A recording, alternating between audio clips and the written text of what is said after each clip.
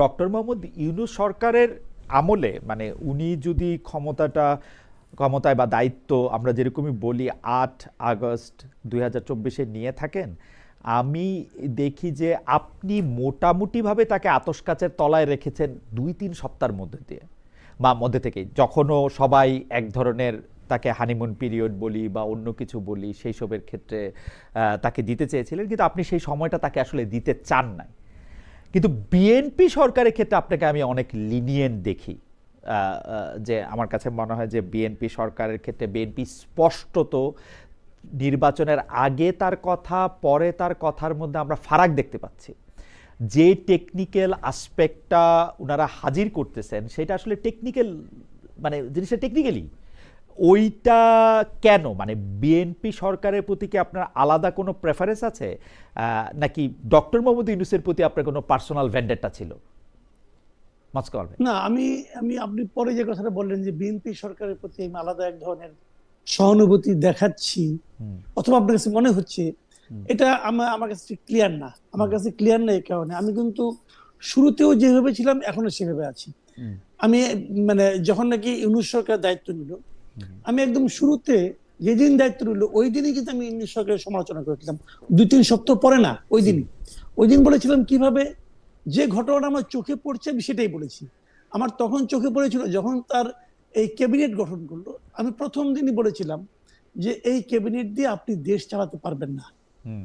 কিন্তু সিম্পল কথাটা প্রথম দিন, কারণ এই লোকগুলো কিন্তু আমরা চিনি, আপনিও চিনেন, যাদের নিয়ে ক্যাবিনেট করেছে তাদেরকে আপনি চিনেন, আমিও চিনি। এরা একটা দেশ চালানোর জন্য যোগ্য ছিল বলে আমার কাছে মনে হয় নাই, শুরুর দিন থেকে বলছি। আবার এই সরকার যখন দায়িত্ব নিয়েছে এবং প্রথম যেদিন তারা ক্যাবিনেট ঘোষণা করেছে, আমি শুরুর দিনই প্রশ্ন করেছি যে হোয়াই ডক্টর খলিলুর রহমান, এবং আমি প্রথম দিনই বলেছি কিন্তু এই কোনো ছাড় দেওয়ার ব্যাপার না রে ভাই, আমি যেটা বুঝি না সেটা আমি বুঝতে চাই। এখন আমি এরপরে কিন্তু একাধিক অনেকে আমাকে বলে, তাহলে আমি একটু যেমন আমি বলি, জি জি বলেন, যেমন আমি আরো কয়েকটা ঘটনা আমি বলেছি যে যখন তারা সিটি কর্পোরেশন গুলিতে দলীয় লোককে প্রশাসক নিয়োগ করলো, ওইটা নিয়ে আমি প্রশ্ন করেছি, এটা আপনি কেন করলেন? এটা তো আপনার ইশতেহারের সঙ্গে সাংঘর্ষিক। ইশতেহার বলেন, 31 দফা বলেন, তাদের যে রাষ্ট্র সংস্কারে 31 দফা আছে, তার 21 নম্বর দফার সঙ্গে এটা সাংঘর্ষিক। আমি একদম ক্যাটাগরিক্যালি উল্লেখ করে বলছি এটা আপনি কেন করলেন, এটা নিয়ে আলোচনা করে। এরকম বিভিন্ন পয়েন্টে, বিভিন্ন জায়গায়, বিভিন্ন পয়েন্টে আমি তাদেরকে কিন্তু সমালোচনা করছি। আমি একদিনও ছাড় দিইনি। আমি দেইনি কেন সেটা আমি বলি। অনেকে বলে যে হানিমুন পিরিয়ড অমুক তমুক, আমি দেইনি এই কারণে যে আগুন যখন শুরুটা হয় আপনি যদি তখনই না থামান, পরে কিন্তু এই আগুন দাবানল হয়ে যায়, আর থামানো যায় না। এই জন্য আমি কাউকে কোনো হানিমুন পিরিয়ড দিই না। আমি মনে করি একদম শুরুতেই বলতে হবে যাতে নাকি তারা অল্পতেই সতর্ক হতে পারে। বাট আমি আনফরচুনেট, আমি খুব দুঃখিত হচ্ছে এই কারণে, মর্মাহতও বটে, কারণ আমাকে তো কাউকে না কাউকে আশাবাদী হতে হবে। আমি কিন্তু বিএনপিকে নিয়ে আশাবাদী হতে চেয়েছি, কিন্তু আমার কাছে মনে হচ্ছে ক্রমাগত যে আশাবাদী হওয়ার জন্য তো একটা ভিত্তি লাগে, সেই ভিত্তিগুলো যেন বিএনপি একটা পর একটা সরিয়ে নিচ্ছে বিভিন্ন পয়েন্টে। আবার একটা মানুষ তো সম্পূর্ণ খারাপও হয় না, ভালো হয় না, ভালো দিকও আছে, ওগুলো বলি। আমি একটু পয়েন্টে আসি যে এই কথা সত্য, মানে আমি 2-3 সপ্তাহ পর থেকে আপনি ক্যাবিনেটটা নিয়ে যখন প্রথমেই বলেছিলেন আমার মনে আছে, কারণ আমি আপনার কথা অফ এয়ার অন এয়ার আপনার সঙ্গে আমার এমনিতেও কথা হয়েছে, মানে টেলিভিশনের সামনে কথা হয়েছে, কারণ আমি জানি, কারণ প্রথমে আপনি বলছিলেন যে এই ক্যাবিনেটটা দুর্বল এবং কোথায় কোথায় কারা যারা আসছে এবং তাদের বয়স এবং অনেক কিছু নিয়ে আপনি আসলে মানে এবং তাদের সংশ্লেষণ, তাদের আশা, অনেক কিছু নিয়ে আপনি কথা বলেছেন, কিন্তু সমালোচনা আপনি করেছেন 1-2 সপ্তাহের মধ্যে থেকে, যখনই আপনাকে সাথে আমার কথা হয়েছে সেইটার সময় আপনি সমালোচনা করেছেন, প্রকাশ্যই করেছেন। সমালোচনা আমরাও, মানে আমি আমার কথা যদি বলি, আমি স্পষ্ট বলেছি যে এই ডক্টর মোহাম্মদ ইউনূসের সরকার আমার সরকার না, আসার 2-1 সপ্তাহের মধ্যেই, কারণ উনি তো আমার ভোট নিয়ে আসে নাই, হায়বা শেখ হাসিনাও আমার ভোট নিয়ে আসে নাই। কিন্তু আমি আপনার কাছে যেটা জানতে চাই যে আপনার ভাষাগুলি, আপনার শব্দচয়ন তো আমি জানি, মানে আপনি সমালোচনা করেন এটা তো আমি জানি, কিন্তু দেখা যাচ্ছে যে স্পষ্টত বিএনপি যেইখানে ক্ষমতার ভারসাম্যের জায়গায়, সেই জায়গায় নির্বাচনের আগে যা বলে নাই এখন তা বলতেছে। আমি উদাহরণ দেই, জনাব সালাউদ্দিন আহমেদ বলতেছেন যে জুলাই সনদ হচ্ছে একটি কি প্রতারণা? অন্তহীন অন্তহীন প্রতারণা। ভাই, জুলাই সনদের প্রত্যেকটা অনুষ্ঠানে, কিছু অনুষ্ঠানে আলী রিয়াজও ছিলেন না, ওই অনুষ্ঠানেও সালাউদ্দিন আহমেদ ছিলেন। মানে উনার মতো, মানে উনি তো ওই অনুষ্ঠানের, মানে অন্তহীন প্রতারণাটা এটা আমার সংসদে এসে শুনতে হইল কেন? মানে এই পরিবর্তনটা কিসের জন্য? আমি ধরে নিচ্ছি যে সালাউদ্দিন আহমেদ বিএনপির মুখপাত্র হয়ে কথা বলতেছেন, এখন আমি আপনাকে জানতে চাই এটা কেন, মানে যেই অন্তহীন প্রতারণা শব্দটা আমি এখন শুনলাম কেন, মানে তো এই প্রতারণার মধ্যে আমি এখন পড়লাম কেন? আগে বলতেন ভাই যে এটা অন্তহীন প্রতারণা। এখানে আমি যতদূর জানি উনি জুলাই সনদকে অন্তহীন প্রতারণা, না জুলাই সনদকে না, সরি, জুলাই বাস্তবায়ন আদেশকে জুলাই সনদ বাস্তবায়ন আদেশকে উনি অন্তহীন প্রতারণা বলেছেন, রাইট? আচ্ছা, জুলাই সনদ বাস্তবায়ন আদেশকে আপনি যে প্রশ্নটা করেছেন এই প্রশ্নটা আমিও করি যে ভাই এই প্রতারণার কথা আপনি আগে বললেন না কেন? আগে তো আপনি এই জুলাই সনদ বাস্তবায়ন আদেশের মাধ্যমে যে গণভোট হচ্ছে, আপনি তো সেই গণভোটের পক্ষে ভোট দেওয়ার জন্য আপনি বলেছেন, তখন বললেন কেন, এখন এটা বলছেন কেন? এই প্রশ্নের ব্যাপারটা হলে আমি বলি, এই ব্যাপারটা যেটা হয়েছে, ওরা আসলে একভাবে মনে করেছে যে তখন যদি তারা এটা বলতো তাহলে হয়তো তাদের ভোট কমে যেত, অথবা তারা ভেবেছে আমি যদি তখন বলতো তাহলে জামাত, এনসিপি সহ আরো যারা আছে সবাই সবাই বলতো, প্রকাশ্যে প্রচারণা চালাতো, এই যে দেখো বিএনপি কিন্তু জুলাই সনদের পক্ষে না, বিএনপি কিন্তু জুলাই চেতনার পক্ষে না, বিএনপি কিন্তু সংস্কারের পক্ষে না।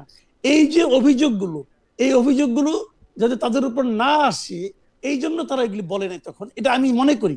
কিন্তু আমি আবার পাশাপাশি এটাও মনে করি যে ওনারা যদি এই ভয়ে না করে থাকে তাহলে তারা জনগণের সঙ্গে প্রতারণা করেছে, তারা তো জনগণকে বুঝতে দেয় নাই, তারা এটা যে চায় না, তারা জনগণের কাছে মুখে মুখে বলে, আমরা বুঝেছি, কিন্তু তাদের বডি ল্যাঙ্গুয়েজে বুঝেছি, বারবার বলার পরে একবার বলছে তারেক রহমান যে আপনারা ভোট দেন, বারবার। কিন্তু আমার কথাটা হলো কি, আপনি যদি পলিটিক্স করতে আসছেন, আপনার কি জনগণের উপর আস্থা নাই?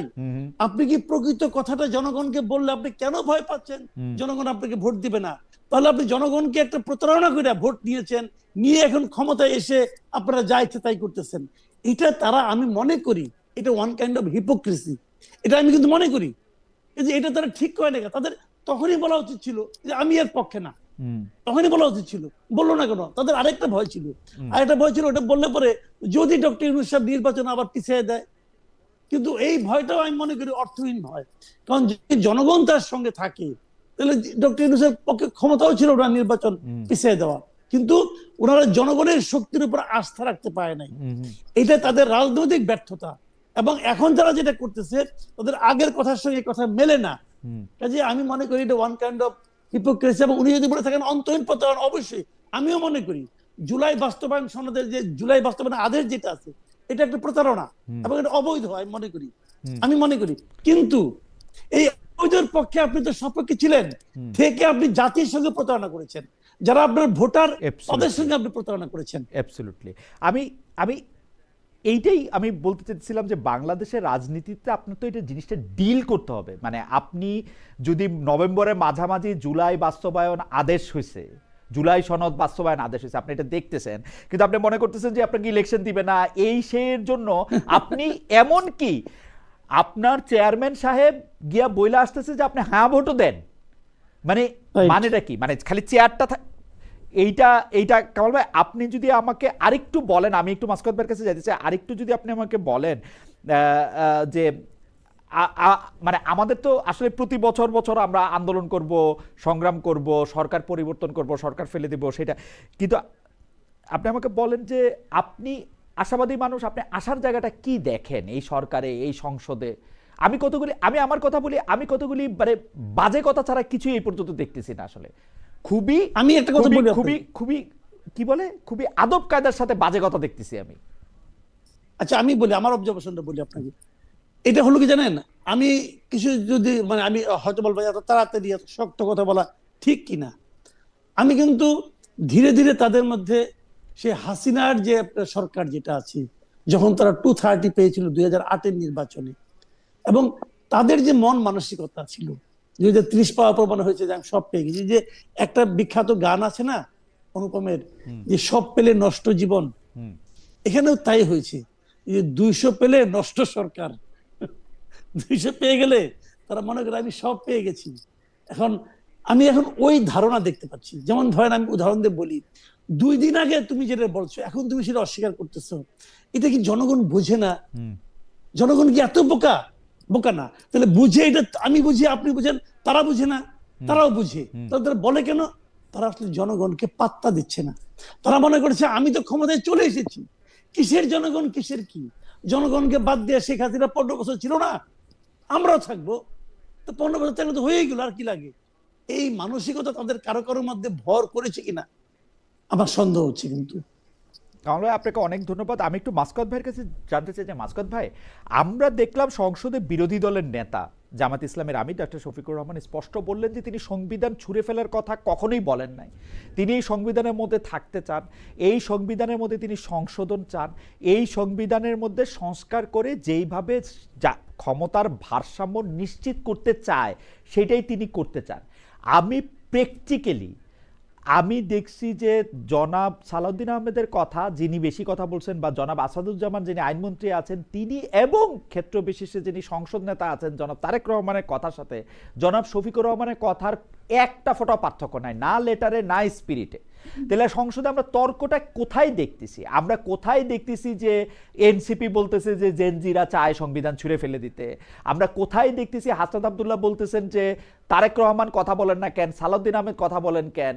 কোথায় আমরা এটাকে নমিনাল প্রধানমন্ত্রী, ফাংশনাল প্রধানমন্ত্রী এইসব ধরনের কথা শুনতেছি কেন? মানে এই জিনিসটা কেন? অনেকেই আবার বলতেছেন এনসিপি এখন জামাত ইসলামের সাথে যাওয়াতে ওদের আসলে সংবিধান নিয়ে কথা বলার রাইটটাই কমে গেছে।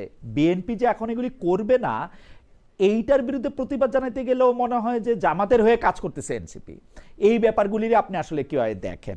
মানে আমরা সংবিধান ছুঁড়ে ফেলা থেকে শুরু করে শফিকুর রহমান সাহেবের কথা, যারা কথা বলতেছেন সংসদে, যে মানে জবাব পাল্টা জবাব, আন্দালিব রহমান পার্থ, হাসনাত আব্দুল্লাহ, মানে শফিকুল ইসলাম মাসুদ, মানে এগুলি কেন? আমি তো শফিকুর রহমান সাহেবের কথার সাথে বিএনপির কথার একটা ফোঁটা তফাৎ পাই না। মানে আমার কাছে মনে হয় যে সেম কথা বলতেছেন। মানে এইটা আপনি কিভাবে দেখেন? এর কিন্তু আপনি ঠিকই ধরেছেন, এবং কোনো পার্থক্য থাকার কিন্তু কথাও না। কারণ হচ্ছে যে বিএনপি এবং জামাত এরা কিন্তু যৌথভাবে একটি সরকার চালিয়েছে, এবং অল্প সময় হলো তাদের বন্ধুত্বের সম্পর্ক বা দাম্পত্য জীবনের অবসান ঘটেছে। কিন্তু ধরুন এই দুজনেই যে তিক্ত অভিজ্ঞতা, এবং তরুণরা তারা যেহেতু একটু আগে কামাল ভাই অনুষ্ঠান শুরুর আগে যেভাবে বলছিলেন, আমি একটা প্রশ্ন কি করতে পারি? সেইটা হচ্ছে যে জনগণ বলতে তো আমরা ছাত্ররা, আমাদের প্রবীণরা, আমাদের মেয়েরা, আমরা সবাই মিলেই তো আমরা জনগণ। এই 17 বছর যে আওয়ামী লীগ এত অত্যাচার করলো, 15 বছর এত গুম করলো, 3টা ইলেকশন না দিল, আমরা পথে নামলাম না কেন? জনগণ আমরা পথে নামলাম না কেন? এই জনগণের মধ্যে তো ছাত্ররাও আছে। মানে আমি বিএনপি ডাকে নামি নাই কেন, জামাতের ডাকে নামি নাই কেন? আজকে ওই ছাত্ররা আমাকে এই কথা কেন শোনাবে যে আমাদের ডাকে আপনারা নামছেন, তো তোমরা আমাদের ডাকে নামো নাই কেন? আমি যদি বলি আমরা তো দিনের পর দিন এই 15 বছর ধরে এই সরকারের সমালোচনা করে গেলাম, এই গেলাম, ছাত্ররা আসলো না কেন? বিএনপি 28 অক্টোবর জান প্রাণ দিয়ে ওদেরকে আসতে বললো, ওরা আসলো না কেন? মানে আওয়ামী লীগের কি অন্যায় খালি 30% মুক্তিযোদ্ধার কোটা দিছিল, আর কোন অন্যায় নাই ছিল না? এটা কিরকম? এখন আপনি ওদেরকে জিজ্ঞেস করলে ওরা এইটার খুব স্পষ্ট উত্তর দিতে পারবে, কিন্তু যে আমি যে প্রসঙ্গটাতে ছিলাম ওইটা দিয়ে এটার উত্তর হবে আসলে।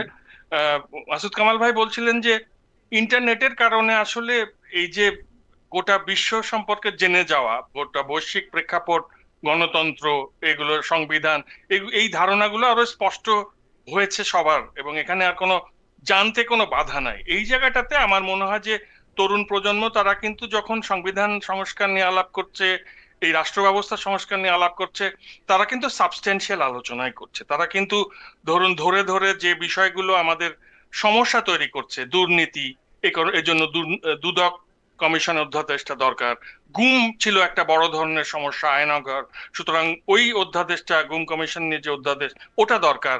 আমাদের বিচার ব্যবস্থার একটা সার্বভৌম চেহারা দরকার, সেজন্য ওই যে এই বিচার ব্যবস্থাকে আমি নির্বাহী বিভাগের অধীনে বা প্রধানমন্ত্রী বা আইন মন্ত্রণালয়ের অধীনে রাখতে পারবো না। এই যে চিন্তাগুলো, এই চিন্তাগুলো নতুন প্রজন্মের মধ্যে যেভাবে দোতনা তৈরি করে, বা তারা এই ব্যাপারটাকে যেভাবে মানে আর্জ নিয়ে ফিল করে, কারণ ওরাই তো এই দেশটাতে আগামী বছরগুলোতে বসবাস করবে, বা তাদেরকেই তো এই ব্যবস্থার মধ্যে বেঁচে থাকতে হবে। আর পুরনো এই যে চিন্তা বিএনপি বা জামাত, তাদের এইটা একটা, তারা দেখেছে যে 1971 সালে 90 সালে সবসময় তরুণরা রক্ত দিয়েছে, সম্মুখ সমরে আপনি তারুণ্যকেই পেয়েছেন, কিন্তু তারপর এই রক্তের সিঁড়ি বেয়ে কি দেখা গেছে, এই বয়স্ক লোকেরা ওদেরকে বলেছে তোমরা তো ছোট ছেলে, ঠিক আছে আমরা দেখছি বলে নিজেদের এই যে এটা জলসা ঘরটা সাজিয়ে বসেছে ক্ষমতা কাঠামো। এবারও ভেবেছে যে এই ছেলে মেয়েগুলো একটু বেশি কথা বলছে, ফেসবুক থাকার কারণেও বেশি হচ্ছে কথা, এদেরকে বুঝিয়ে সুঝিয়ে আমরা নিশ্চয়ই একটা জায়গায় নিয়ে আসতে পারব।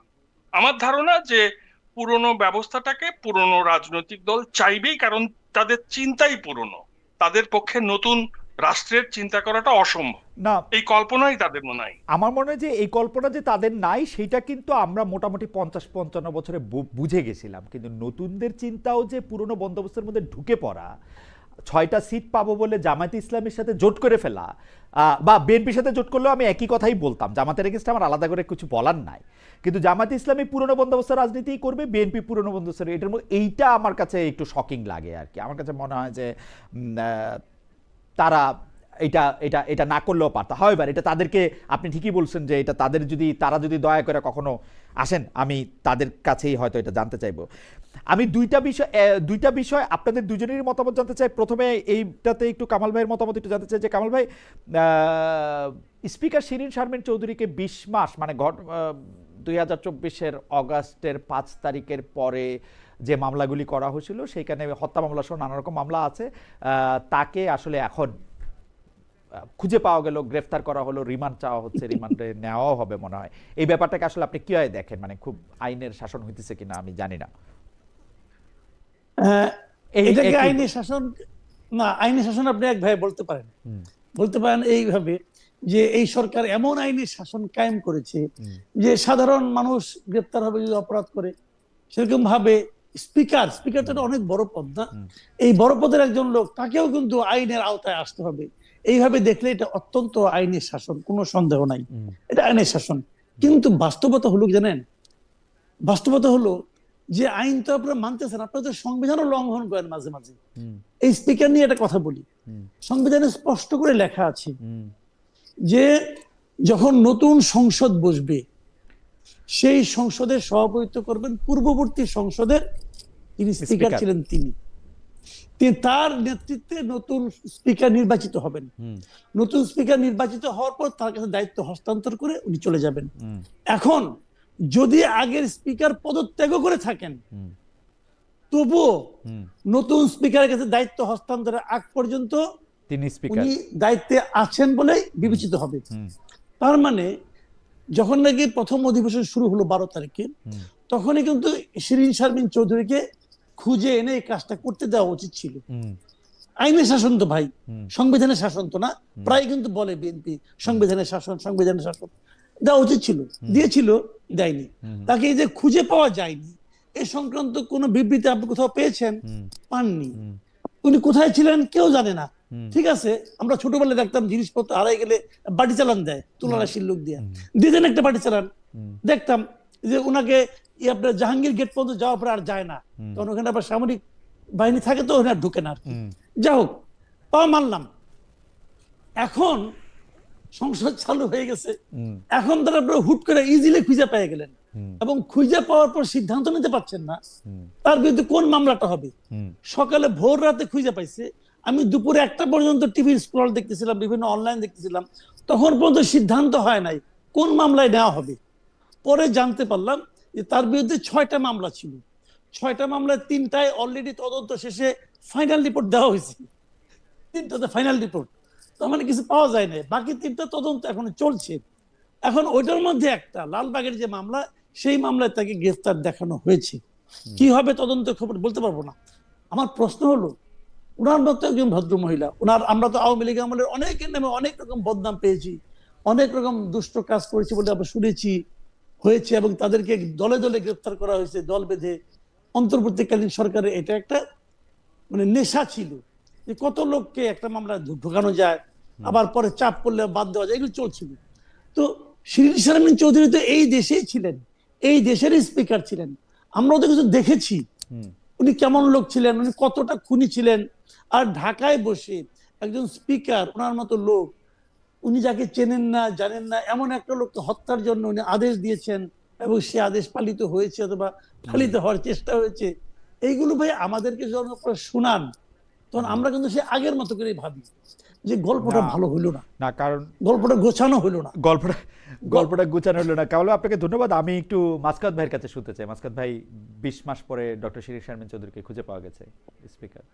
আমি সবসময় এই অনুরোধটা জানিয়ে আসি যে এই চিত্রনাট্যগুলো যারা লেখেন এই রাইটার চেঞ্জ করার জন্য, কারণ একই গল্প আপনি ধরেন বারবার বারবার যদি বলে তাহলে তো এটা হয় না ঠিক মতো। তো এখন ব্যাপারটা হচ্ছে যে উনি যেহেতু একটি ফ্যাসিস্ট শাসকের সময়ের স্পিকার, সে কারণে হয়তো তাকে নিয়ে এসে তার মাধ্যমে শপথ পড়ানো সম্ভব হয়নি। তবে ফ্যাসিস্ট সময়ের প্রেসিডেন্টকে নিয়ে তো আমরা অনেক মানে আদরণীয়।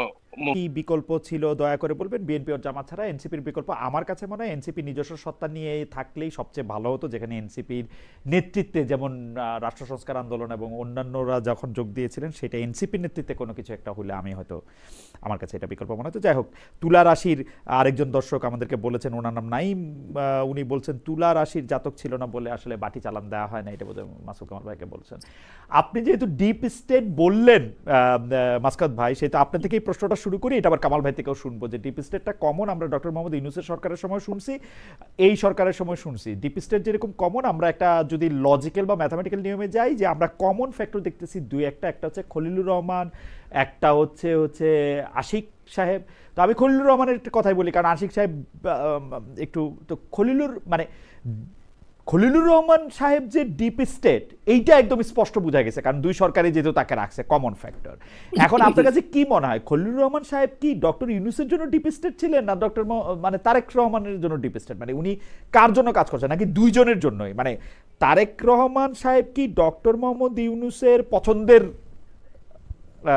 বেটনটা কিনা, বা ডিপ স্টেটের পরবর্তী প্রধান পছন্দ কিনা, মানে আমার নাকি কোনটা, মানে ডিপ স্টেটের কোনটা আসলে, মানে কার রোলটা কি, খলিলুর রহমানের রোলটা কি?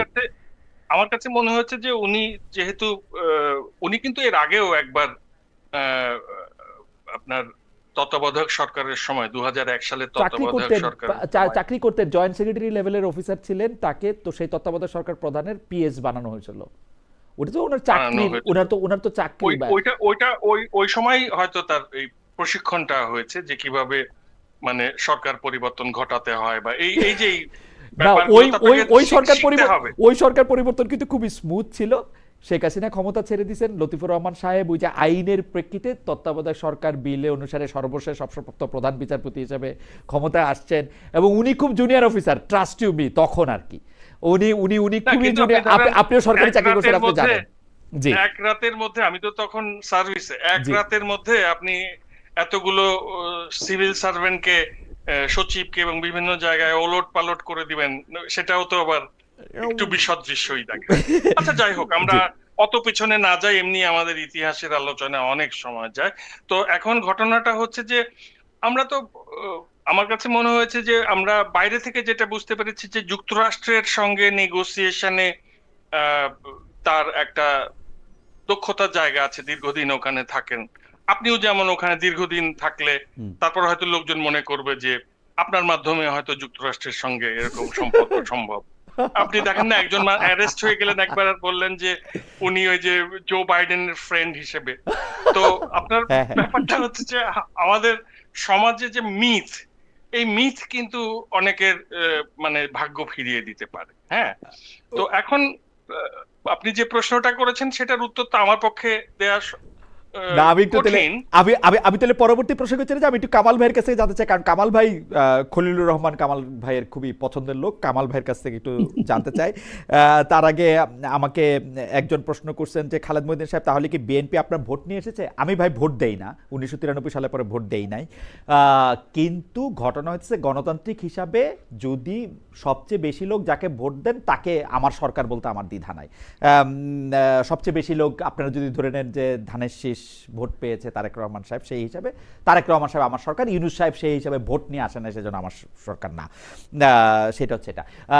খলিলুর রহমান সম্পর্কে, খলিলুর রহমান সাহেব কি ডিপ স্টেট? এবং ডিপ স্টেট হলে উনি তারেক রহমানের পক্ষে ছিলেন, ডক্টর মোহাম্মদ ইউনূসের পক্ষে ছিলেন? মানে উনি আসলে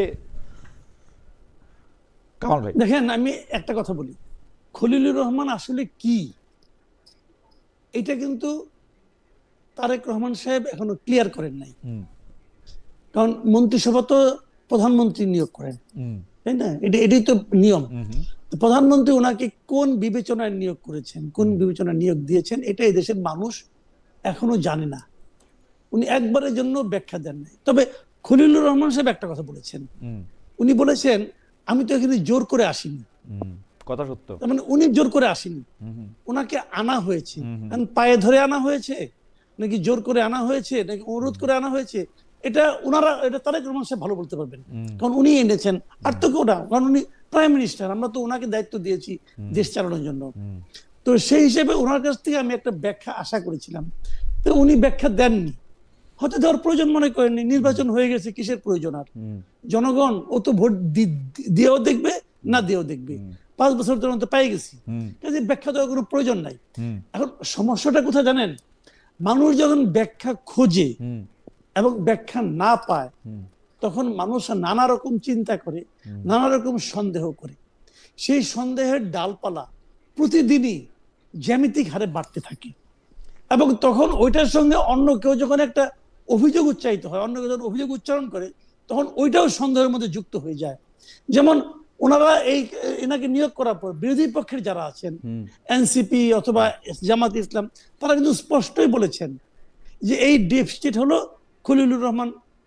এবং যখন ওনারা এটা বলেছেন, তখন আমরা যখন ভাবি যে হলে হতেও পারে, কারণ খলিলুর রহমান তো খুব পাওয়ারফুল ছিলেন ইউনূসের আমলে, এবং উনি একটা গুরুত্বপূর্ণ জায়গায় ছিলেন।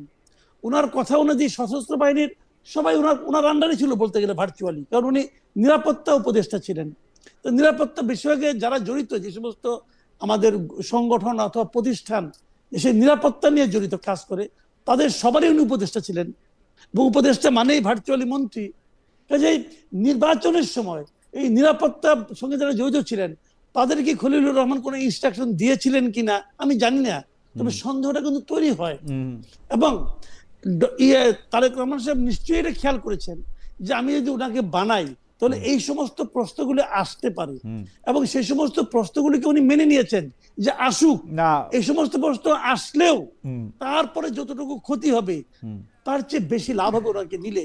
অথবা কৃতজ্ঞতা বোধ বলতে একটা শব্দ কিন্তু আছে, আমি জানি না কে কার কাছে কিভাবে কি কৃতজ্ঞ, তবে এই সমস্ত সন্দেহগুলো আগামীতে আরো বাড়তে থাকবে।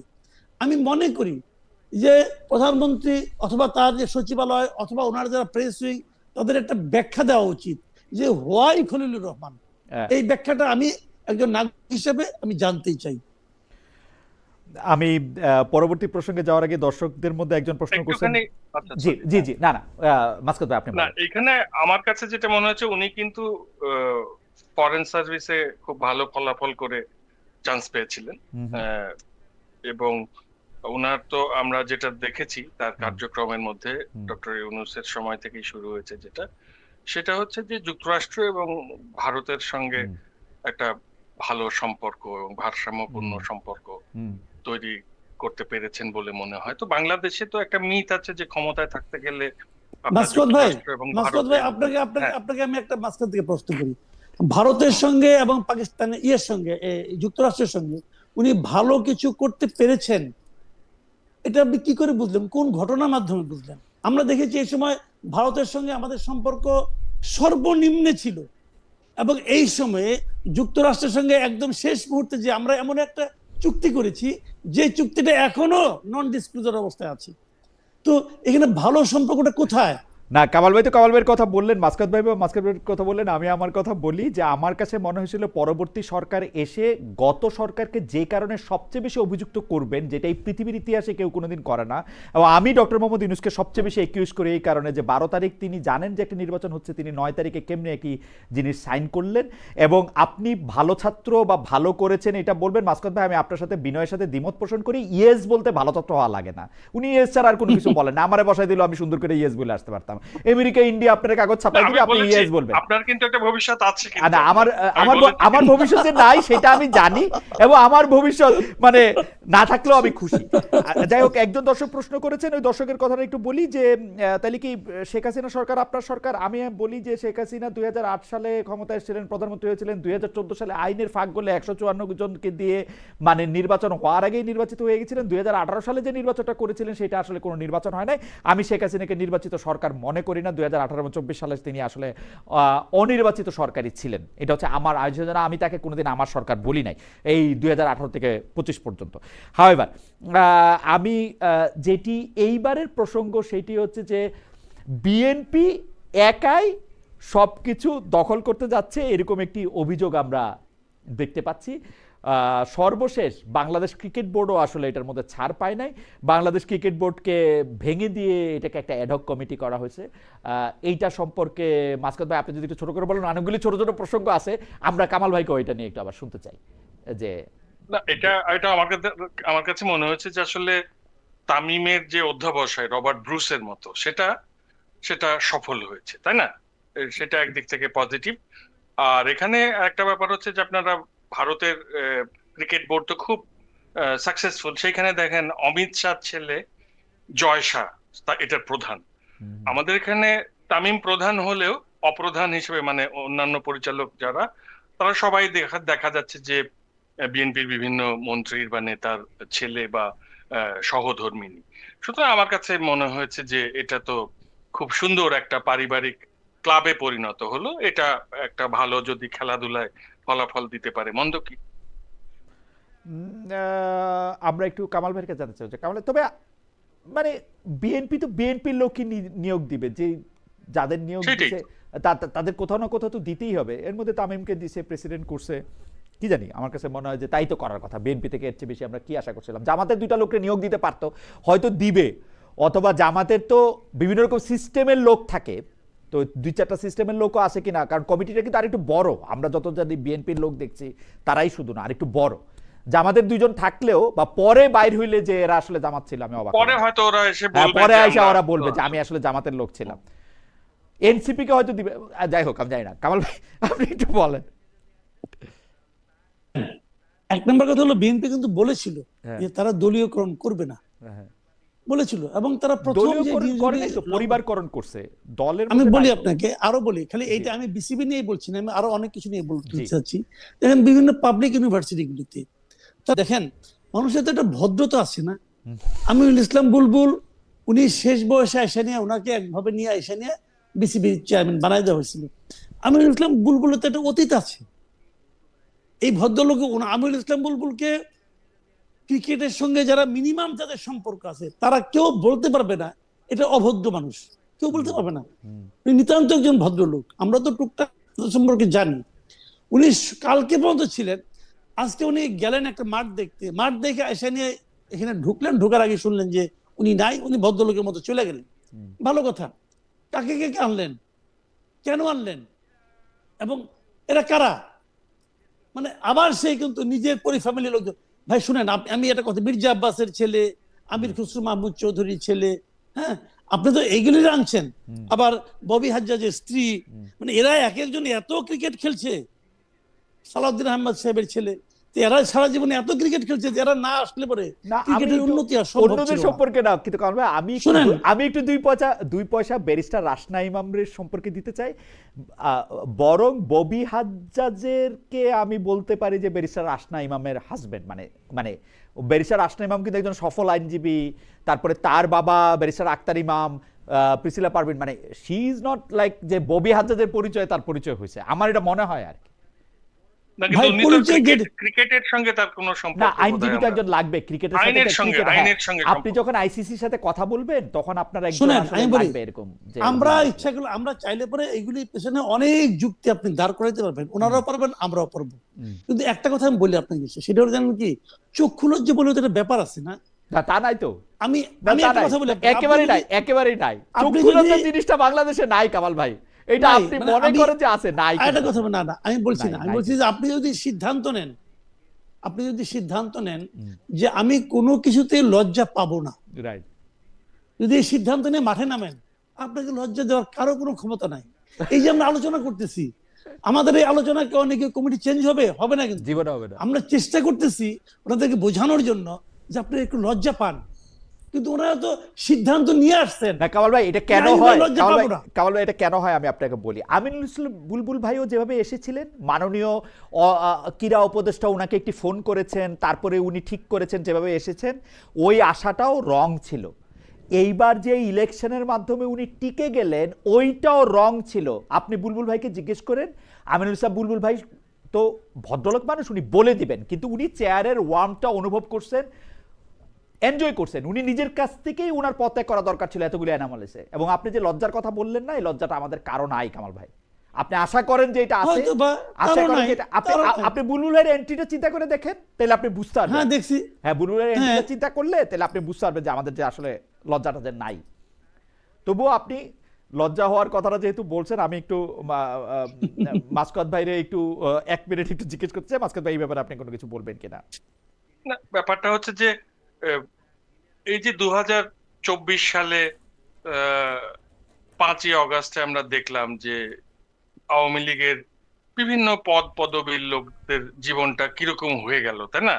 তো ওইটা দেখেও তো আসলে একটা লজ্জা হওয়ার কথা আমাদের, তাই না? সমাজের অন্যান্য মানুষের, যে যারা এতদিন ওই যে ক্রিকেটের প্রেসিডেন্সিয়াল গ্যালারিতে আলো করে বসে থাকতো, আওয়ামী লীগের বিভিন্ন হোমরা চোমরা লোকেরা, বা এগুলো দেখে তো আমরা শেখার কথা ছিল, কিন্তু তাও কেন শিখলাম না আমরা? কেন একই পথে গেলাম? মানে এত কাছের একটা স্মৃতি, তাই না? দেখেন, তাও কিন্তু এটা আমাদেরকে শেখাতে পারছে না। কাজেই আর কি বলবো এই ব্যাপারে।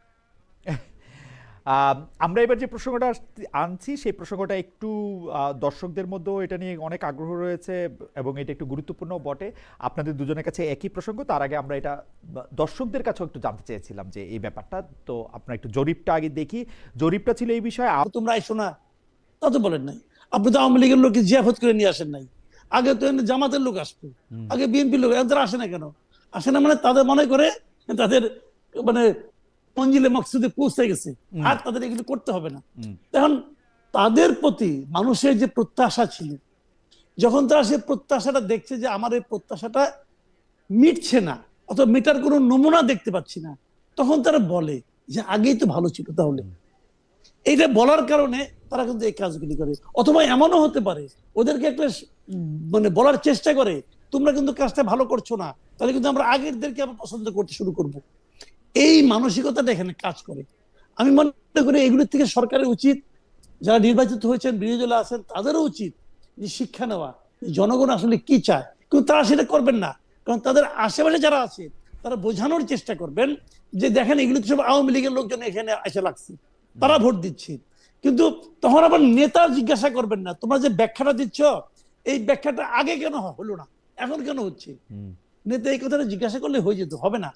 এটা এইভাবে চলবে। তারা এই বলতে মুখস্থ বলবে এগুলো আওয়ামী লীগের বট বাহিনী আসছে, তারা ভোট দিচ্ছে অনলাইনে, বলবে, বলে একজনের মানসিক শান্তি পাবে।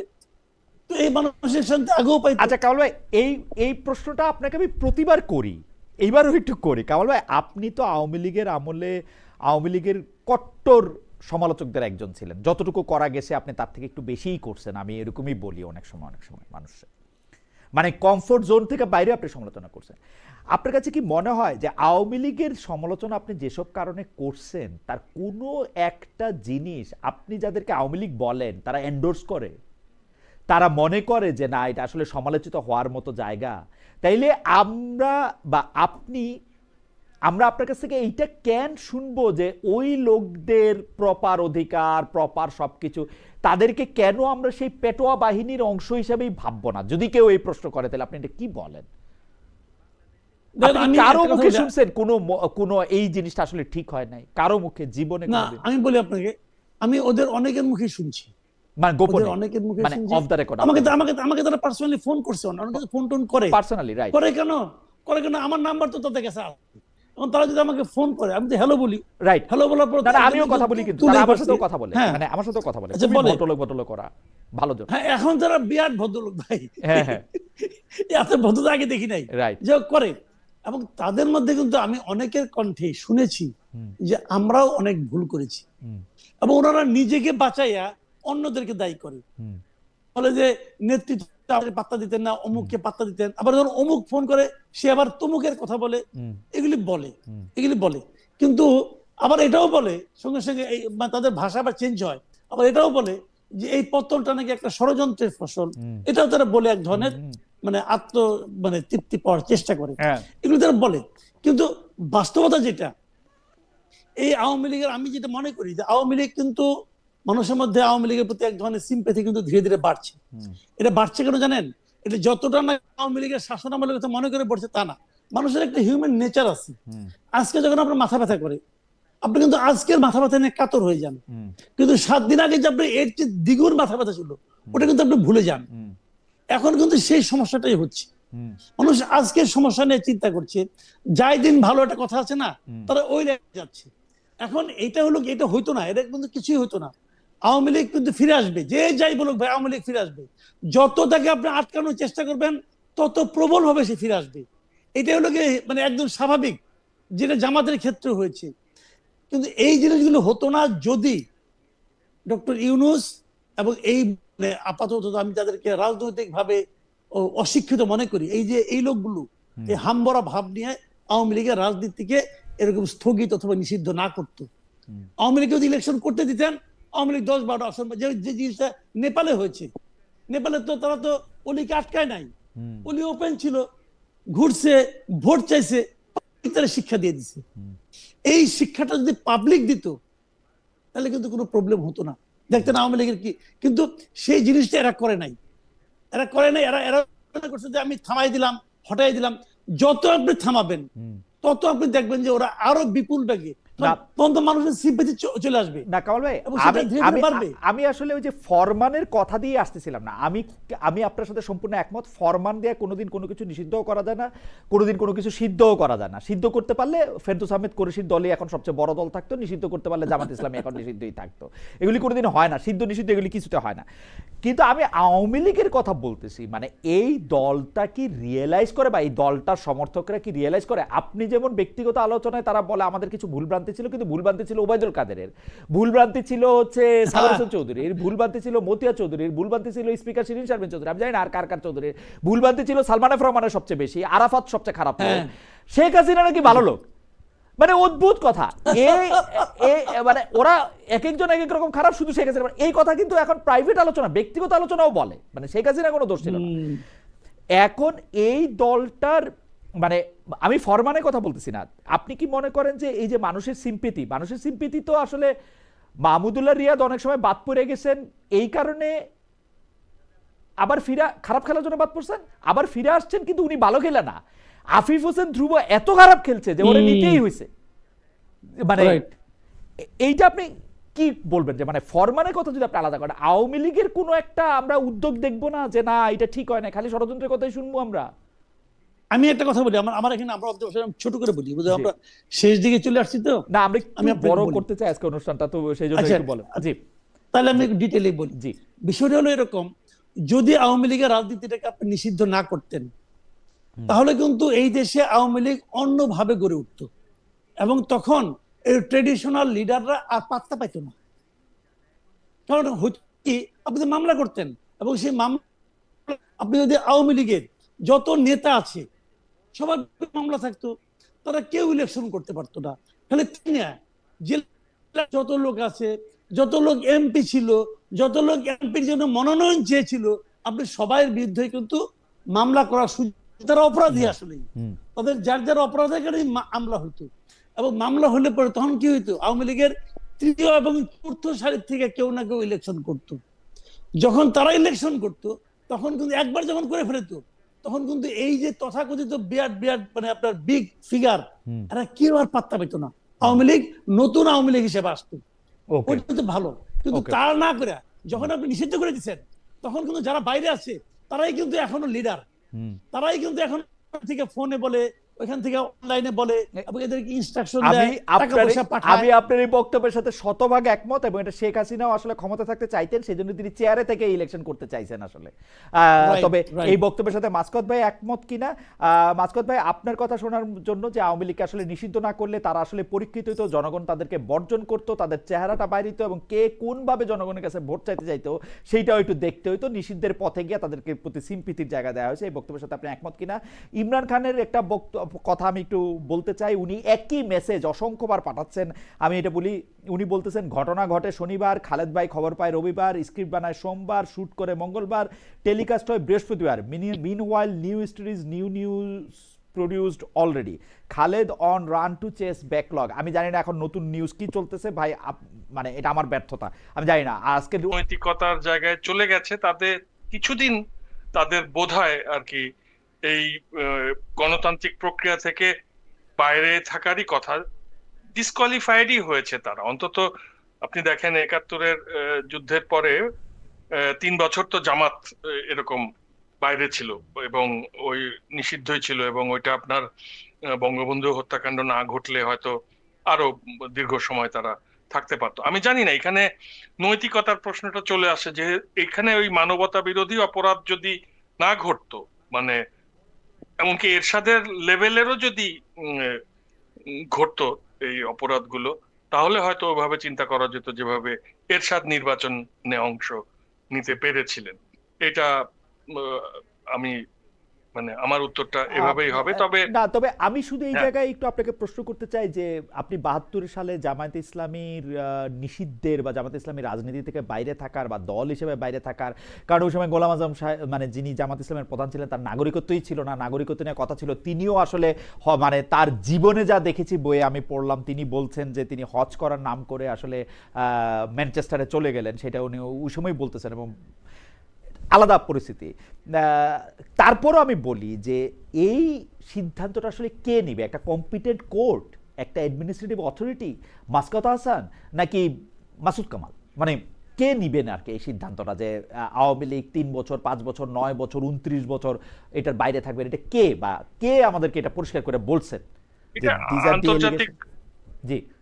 আন্তর্জাতিক অপরাধ ট্রাইব্যুনালে যে বিচার প্রক্রিয়া চলছে, সেখানেই তো তথ্য উপাত্তের ভিত্তিতে এই সিদ্ধান্তটা আসার কথা। পরে এটা এক্সিকিউটিভ বডি। আন্তর্জাতিক অপরাধ ট্রাইব্যুনাল কি এরকম কোনো সিদ্ধান্ত দিয়েছে? আন্তর্জাতিক অপরাধ ট্রাইব্যুনালের অবজারভেশন তো আছে, এখন ওরা সিদ্ধান্ত দেয়নি। এটা তো এক্সিকিউটিভ অর্ডারে হয়েছে। মানে আমি এইটার মধ্যে মাসকাত ভাই, আপনি জানেন মানে আমরা এতদিন ধরে এটা নিয়ে কথা বলে আসতেছি, আপনি দেখেন আমরা কিন্তু একটা খুব স্বাভাবিক পরিস্থিতি নিয়ে আলাপ করছি না খালেদ। আমরা একটা মানবতা বিরোধী অপরাধ ঘটে যাওয়ার পরে, একটা অভ্যুত্থান ঘটে যাওয়ার পরে, তার পরের বাস্তবতায় পরবর্তী সরকার যে সিদ্ধান্ত নিয়েছিল সেটা নিয়ে আলোচনা করছি। আমরা খুব স্বাভাবিক কোন পরিস্থিতির নিয়ে কিন্তু আলাপ করছি না, বা স্বাভাবিক একটি রাজনৈতিক দল নিয়ে আলাপ করছি। আমি আপনাকে মাসকাত ভাই এইটার প্রতি দৃষ্টি দিতে চাইতেছিলাম। ডক্টর মোহাম্মদ ইউনূস যখন ৮ আগস্ট এসে ক্ষমতা নিলেন, এটা স্বাভাবিক পরিস্থিতি ছিল না। উনি তারপরে বিদেশ যাইতেন তো অনেক, তো বিদেশ গিয়ে অনেক জায়গায়, আমার যদ্দূর মনে পড়ে, এটা কোথায় কারে ইন্টারভিউ দিতে গিয়ে আমার মনে নাই, কিন্তু উনি কিন্তু বলছেন যে তার সরকার কোনো জায়গায়, মানে কোনো একটি রাজনৈতিক দলকে, ডক্টর মোহাম্মদ ইউনূস বলছিলেন যে তার সরকার আসলে কোনো একটি রাজনৈতিক দলকে নিষিদ্ধের পক্ষে না, নিষিদ্ধের পক্ষে যে না, তিনি এটি নিষিদ্ধ না করে এটা বুঝাইতেছিলেন। 2025-এর মে মাসে যমুনা ঘেরাও করে এনসিপি, বিএনপি, জামাতে ইসলাম, আমি বিএনপিকে নাম জানি না, বিএনপি পরে এটা মানে অংশগ্রহণ না করলেও এটা বিরোধিতা করেন, এনসিপি আর জামাতে ইসলামীকে ওনাকে চাপ দিয়া এইটা আবার উনি করলেন। তাহলে আমি এটা কেমনে বুঝবো যে সিদ্ধান্তটা কে নিছে? মানে উনি কি অনিরাপদ নিজেরা বোধ করতেছিলেন সেজন্য করলেন সিদ্ধান্তটা? মানে কেন, কি জন্য নিলেন? যারা জুলাই অভ্যুত্থান সংগঠনের নেতৃত্ব দিয়েছে ওরা ওখানে, শুধু আপনি যে বলছেন যে জামাত এনসিপি তা নয়, ওখানে বিএনপি, মানে সব দলেরই তরুণ কর্মীরা, যারা কিনা জুলাইয়ের সম্মুখ সমরে ছিলেন, তারা গিয়ে এই দাবি জানিয়েছে, যেহেতু তাদের সতীর্থরা নিহত হয়েছে, তাদের বন্ধুরা এখানে শহীদ হয়েছে, পঙ্গু হয়েছে, সেই কারণে তাদের পক্ষ থেকে ওই দাবিটা এসেছে যে এই দলটির নৈতিকতা আছে কিনা যে এই পরিস্থিতিতে রাজনীতি চালিয়ে যাবে। ওকে, দাবির প্রেক্ষিতে দাবি মানান নিয়ে আমার কোনো আপত্তি নাই। আমার বন্ধুরা শহীদ হয়েছে, আমার পাশের লোক গুলি খাইছে, সেই জন্য আমি এটা দাবি জানাই। কিন্তু আপনার কাছে কি মনে হয়েছে যে অ্যাডমিনিস্ট্রেটিভ প্রধান হিসেবে যে অ্যাডমিনিস্ট্রেটিভ অর্ডারটা ডক্টর মোহাম্মদ ইউনূস দিয়েছেন সেটা পরিষ্কার ছিল, সেটা আইনানুগ ছিল, সেটার ক্ষেত্রে উনি পরে দিয়ে গিয়ে আবার সুপ্রিম কোর্টের ব্যাখ্যা চাইছেন বা এটার মধ্যে একটা মামলা করছেন, এরকম কোনো কিছু আপনি দেখছেন বা এখন পর্যন্ত দেখেন? মানে কেন এই মানে এই পজিশনটা কেন? আপনি আরো একটা ব্যাপার দেখেন যে এটা কিন্তু অনেক সময় পরে এসে করা হলো। মাঝের সময়টাতে আপনি যে কথাটা নিজেই কামাল ভাইকে একটু আগে জিজ্ঞেস করলেন যে বিন্দুমাত্র অনুতাপ কি কোথাও দেখা গেছে? তা কিন্তু দেখা যায়নি। মানুষ তো একটা ভুল করে, ভুল স্বীকার করে। অনেক সময় কিন্তু একটা গুডউইল জেস্চার থাকলে তখন জনমত সেইভাবে প্রভাবিত হয় যে হ্যাঁ, মানুষটা এরকম একটা অপরাধ করেছিল, এরকম একটা ভুল করেছিল, এখন তারা অনুতপ্ত। তখন কিন্তু ওইভাবে পাবলিক সেন্টিমেন্টটা কাজ করতো না। আপনার কিন্তু পাবলিক সাইকি কিন্তু জুলাই গণ অভ্যুত্থান, জুলাই অভ্যুত্থানের ম্যান্ডেটেই কিন্তু ও ইউনূস সরকার, সেই ম্যান্ডেটেই ইলেকশন, সেই ইলেকশনেই আজকের বিএনপি সরকার, এই পুরো ঘটনা বলে কিন্তু একটা ডোমিনো এফেক্ট। রিমোর্স নিয়ে একটু ডেভিলস অ্যাডভোকেট হয়ে একটু বলি, আওয়ামী লীগ সরকারে যারা ছিলেন বা আওয়ামী লীগের যারা সমর্থন করেন তাদের রিমোর্স দেখানোর কোনো সুযোগই ছিল না। দূরবর্তীভাবে আওয়ামী লীগের সাথে কোনো যোগসূত্র থাকলেও ঘর জ্বালায় দেওয়া হয়েছে, দোকান জ্বালায় দেওয়া হয়েছে, ব্যবসা বন্ধ করে দেওয়া হয়েছে, মেরে ফেলা হয়েছে, মামলা দেওয়া হয়েছে, বিদেশে পালায় যেতে হয়েছে। এখন আপনি রিমোর্সটা কার কাছে দেখাবেন? মানে আপনার কাছে কি কোনোভাবে মনে হয়েছে যে এই আওয়ামী লীগ যারা সমর্থন করে বলে আমরা যাদেরকে বলতেছি তাদের প্রতি আপনার মানে বিন্দুমাত্র ন্যায় বিচার করার মানসিকতা আমাদের ছিল? কি কারণে ছিল না সেটা অন্য কথা। আমরা জুতার মালা দিতেছি, আমরা শিক্ষকদেরকে চড়ায়া থাপড়ায়া এখান থেকে বাইর করে দিতেছি, আমরা বলতেছি এইটাই আমরা করব, এবং আমরা জিজ্ঞেস করতেছি ভাই এটা করে কি তোমরা ঠিক করতেছো? এখন আমরাও দোষর ট্যাগ খাচ্ছি। আমার স্যার আমাকে বলতেছে আপনার কথা ফেসিস্টদের পক্ষে চলে যাচ্ছে, আলী রিয়াজ প্রফেসর। তো এইটা ওরা কেমনে রিমোর্স দেখাবে মাসকাত ভাই, আপনি আমাকে একটু বলেন। ব্যাপারটা হচ্ছে যে এই আওয়ামী লীগ তার কৃতকর্ম যখন তারা যে কাজগুলো করছিল ওই সময় কিন্তু বারবার ওবায়দুল কাদের আশঙ্কা প্রকাশ করেছেন যে আমরা যদি ক্ষমতা থেকে চলে যাই আমাদের পিঠে চামড়া থাকবে না, আমাদের 1 লাখ মানুষ মারা যাবে। অতদূর পর্যন্ত ঘটনাটা যায়নি। হ্যাঁ, আপনি কিন্তু অন্তত এটা আমাদের দেশের জনগণকে আপনার দিতে হবে যে তারা অতদূর যায়নি। আরো একটা ঘটনা আপনি আপনি আরো একটা ঘটনা যেটা উল্লেখ করলেন না, সেটা হচ্ছে যে ঢাকা শহরে বা ফেসবুকে আপনি যেরকম সম্পর্ক দেখেন, গ্রামে কিন্তু সম্পর্কগুলো ঠিক ওই রকম। বাংলাদেশের 64টা জেলায় স্কুল কলেজ থেকে টিচারদের থাপড়ায় বাইর করানো হয়েছে।